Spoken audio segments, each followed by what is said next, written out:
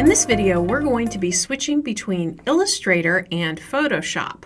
One of the new features in Photoshop is working with layers that come from Illustrator.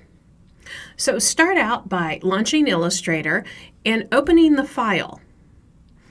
Now, just going to point out a couple things about this file. So I'm going to open my Layers panel, and I have all of my objects in separate layers.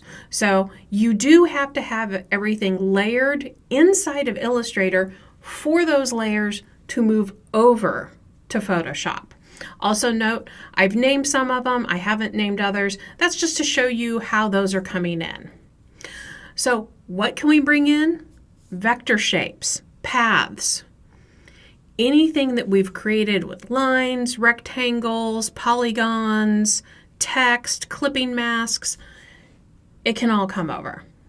So we're just going to select all of this and copy it. And we'll switch over to Photoshop. I'm just going to start a new document. And I'm just going to make it a letter size. Remember, when we move into Photoshop, we're going to start thinking about resolution. So I do want to make sure that I have a high resolution going into creating this. And I'm going to just Command V, and here I am pasting as layers. I can choose to have those as smart objects, pixels, paths. Let's just paste those layers, and it's going to say some of those are going to be rasterized. We can continue, and here in our layers, I'll move this out. You can see that layer that we have named is a named layer. And when I dig in, you can see I've got all of these as grouped layers.